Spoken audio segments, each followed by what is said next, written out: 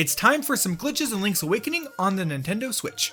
Unlike the usual Zelda game, this one has a bunch of cameos of enemies from other Nintendo games, one of which being the anti-Kirby. It's like Kirby, but not, and it's actually the cause of that first glitch you saw.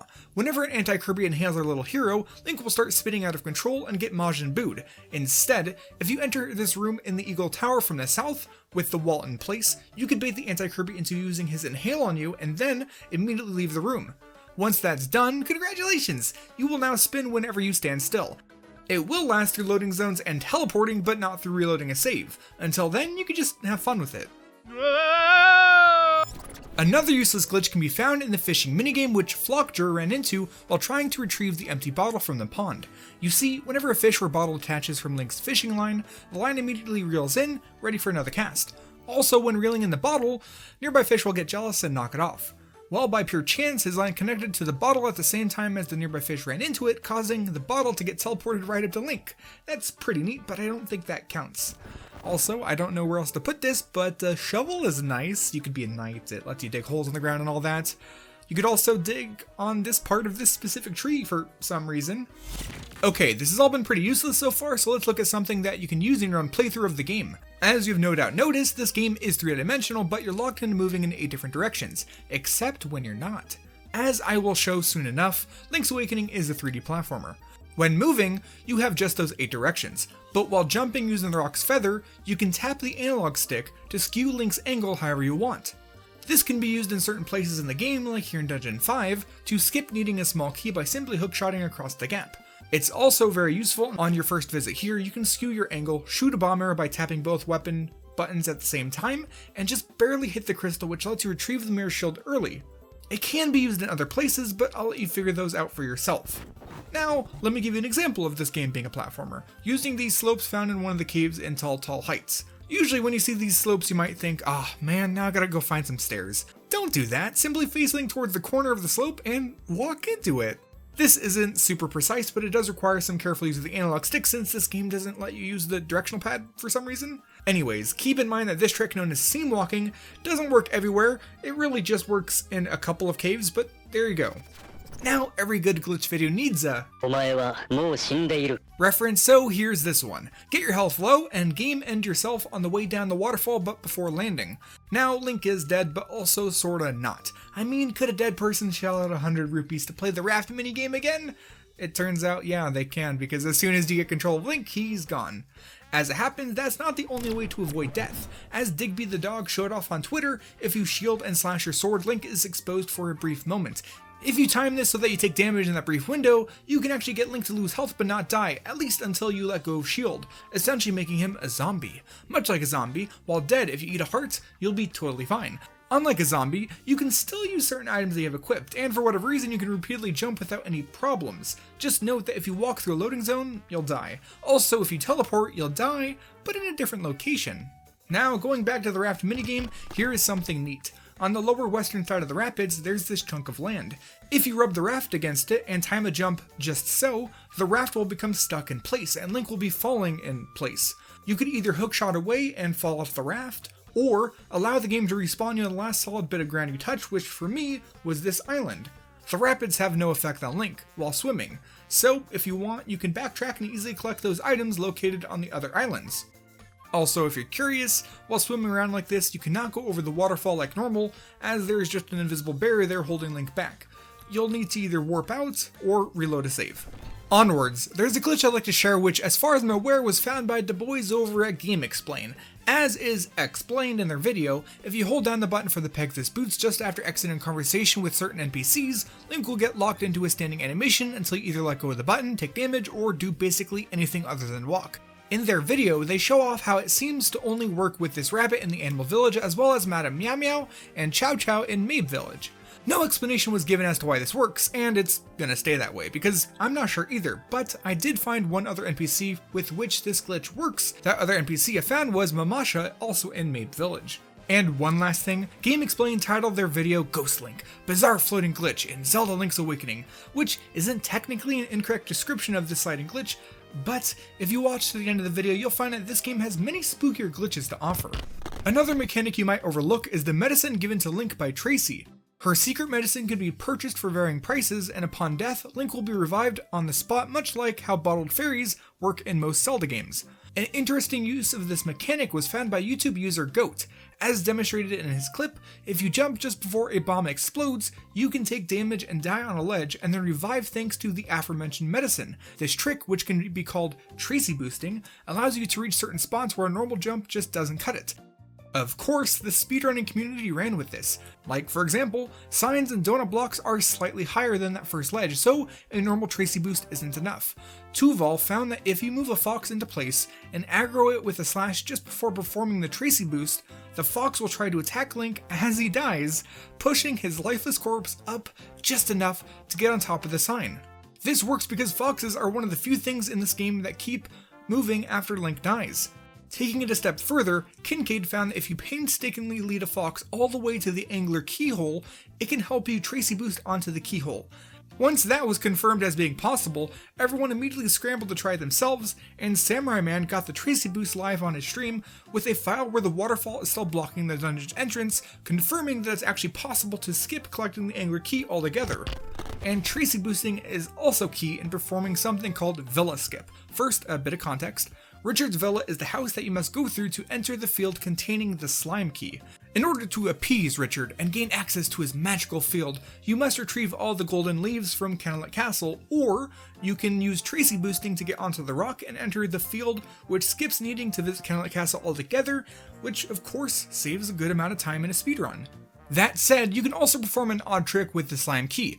You need to get as close as possible to the spot where you dig up the key without hitting the next tile over. From there, dig up the key and basically play hacky sack with it. This can cause a number of weird things as seen here.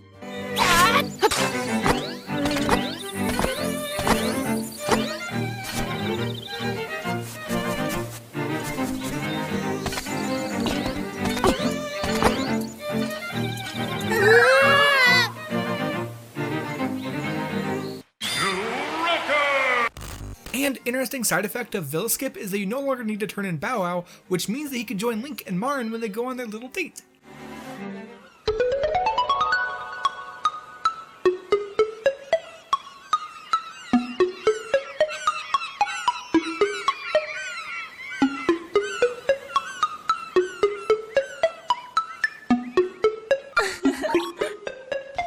On that topic, while running around with Marin following me, I accidentally found that she can push a piranha out of the water, which caused it to start dash dancing very quickly.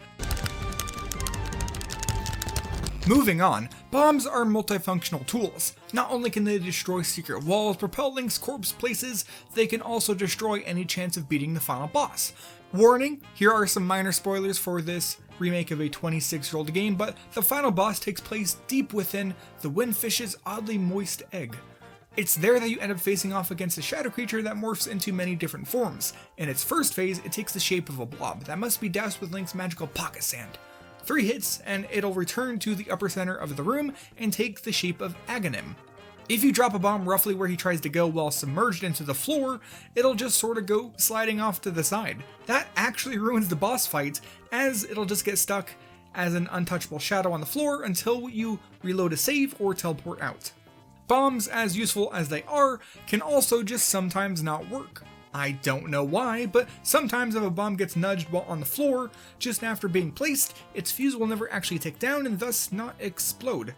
You can also perform a glitch using bombs called power holding. Simply place a bomb, pick it up, and hold B while stepping off of a ledge that makes Link fall. You'll know you have it when he starts shuffling his little feetsies and stays facing forward.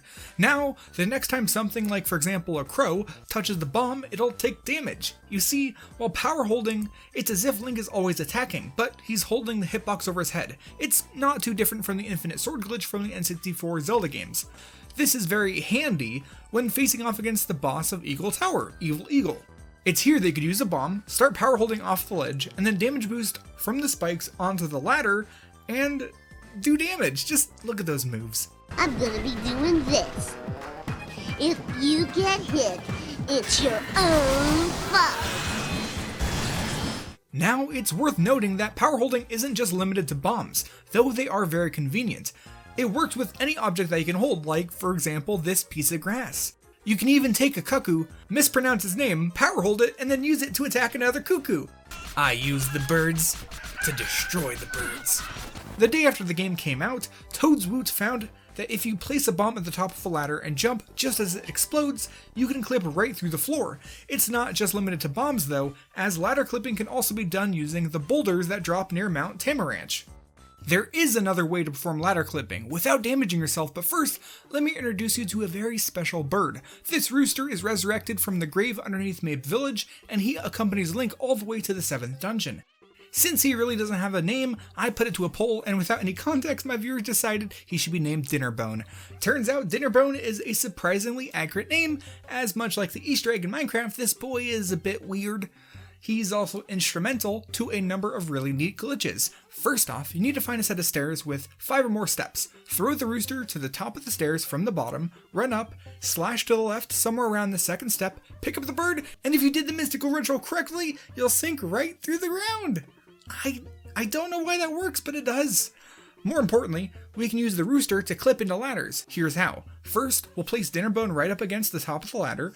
From the 2nd rung down, jump, and at the apex of your jump, just barely tap forward to land near the top of the ladder. You'll be sort of off the ledge. The farther away you are, the better. Now pick up Dinnerbone and move forward to yet again sink right into the ground. If done on this ladder near Dungeon 7, you can move out of bounds and enter one of the caves from the backside, saving a bit of time.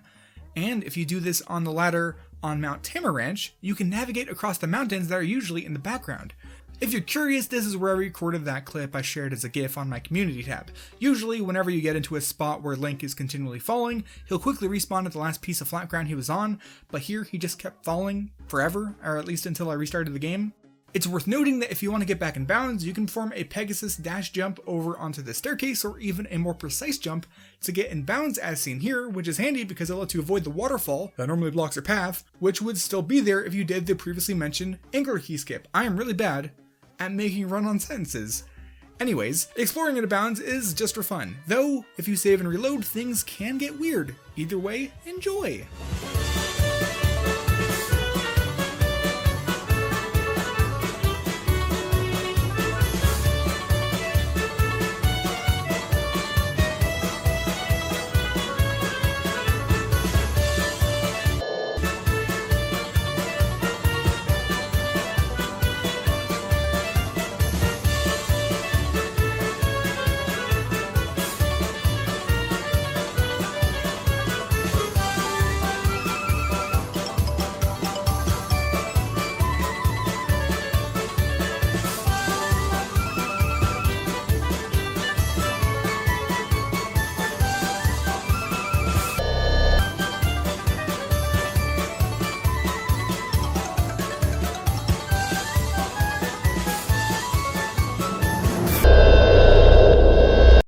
Oh, that's right!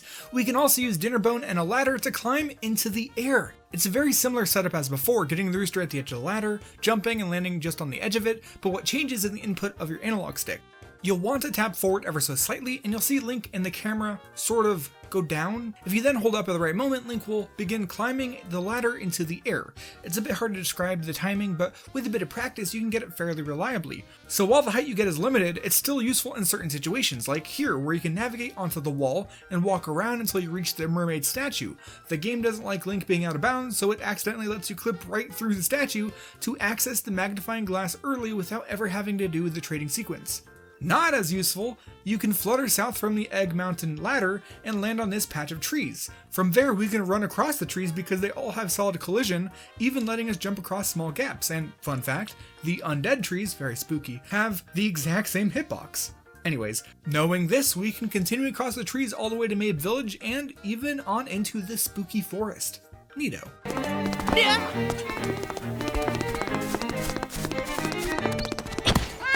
You can also perform an air climb using that previously mentioned ladder on Tall Heights and flutter directly south. This way you can land on the raft without having to pay, or even flutter across the waters to your heart's content. Just note that the rapids don't affect Link while swimming, they do definitely mess with Dinnerbone.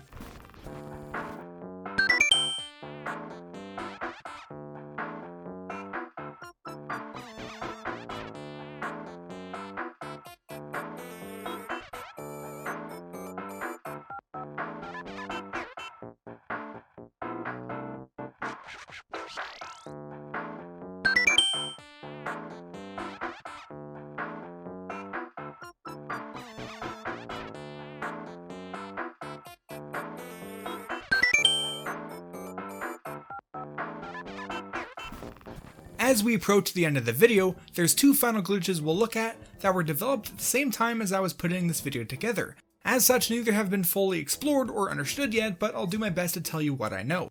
First off, we'll look at a glitch that had many potential names: Hinox Hijinks, Hinox Heave, Yeetnox, but the one that won out was the Super Hinox Throw. It started off on October 9th, when Reddit user DrewBlank uploaded a clip to the Zelda subreddit. It showed off a glitch in the Eagle Tower that had him getting thrown all the way from the Hinox room on the 2nd floor to the instrument room on the technically inaccessible 4th floor, all without needing to break the pillars or kill the boss. The post didn't draw all that much attention on the subreddit, but it was noticed by a member of the community who shared it in the Link's Awakening speedrunning Discord. Everyone immediately took notice, as it looked a lot like a wrong warp. It's worth noting that while DrewBlank's post was the spark that lit the fire for glitch hunting for this glitch, it wasn't actually the first instance of the glitch occurring out in the wild. On September 23rd, Twitter user Adorable Ash shared a clip where Link got Super Hinox thrown a room over, and there was also this clip from Matt18 uploaded on October 7th, though seemingly due to falling in a pit causing the glitch, he was thrown up into the air, landing on the southern wall. The glitch itself is as it sounds, a Hinox throwing Link like super hard.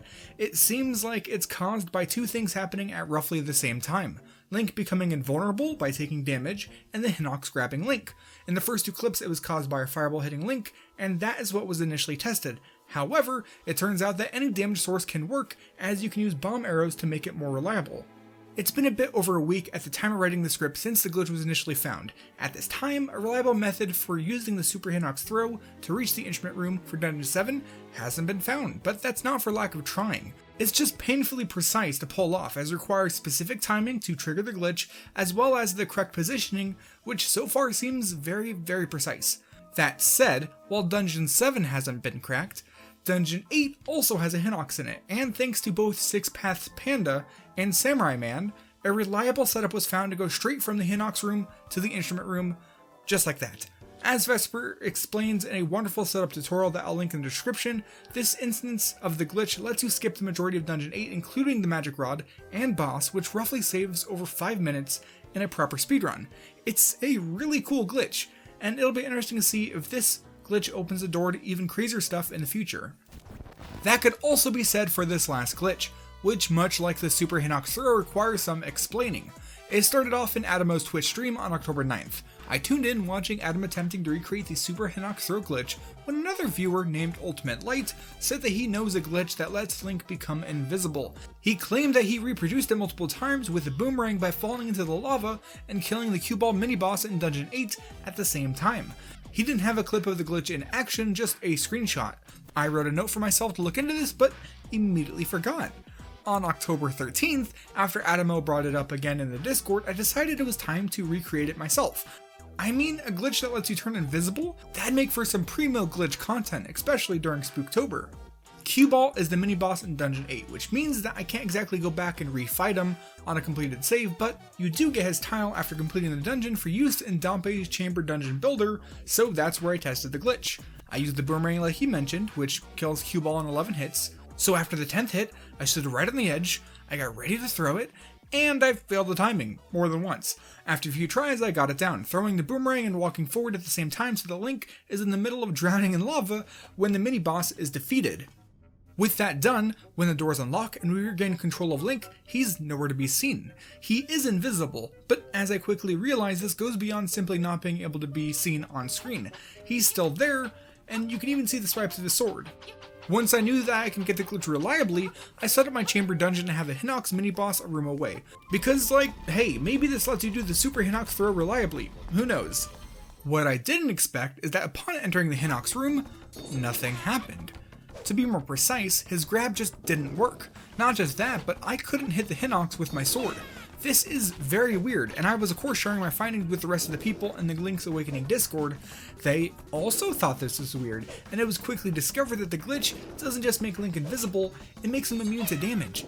Not just that, but the glitch also persists when you leave the chamber dungeon, meaning you can take it basically anywhere in the game. Samurai Man immediately said, and I quote, "Walk through Flame Cave, please."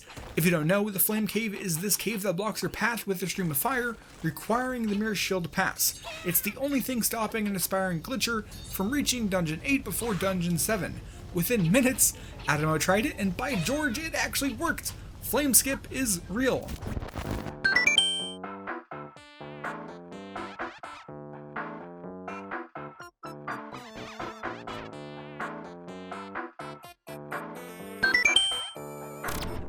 Since you can set up the glitch in a chamber dungeon, that means that you can save the dungeon to an amiibo and actually carry it over to an earlier save file. That also means that, while it's not really useful in a speedrun, you can actually mess around with the invisible Link glitch as early as Dungeon 2. Link can't be seen, he can't be hurt, he can't hurt others, at least with a sword. If that's not the closest thing to a Ghost Link glitch, I don't know what is. That said, there's a lot of odd properties with this glitch, so we'll finish off the video with a nice and proper spooky montage. Enjoy!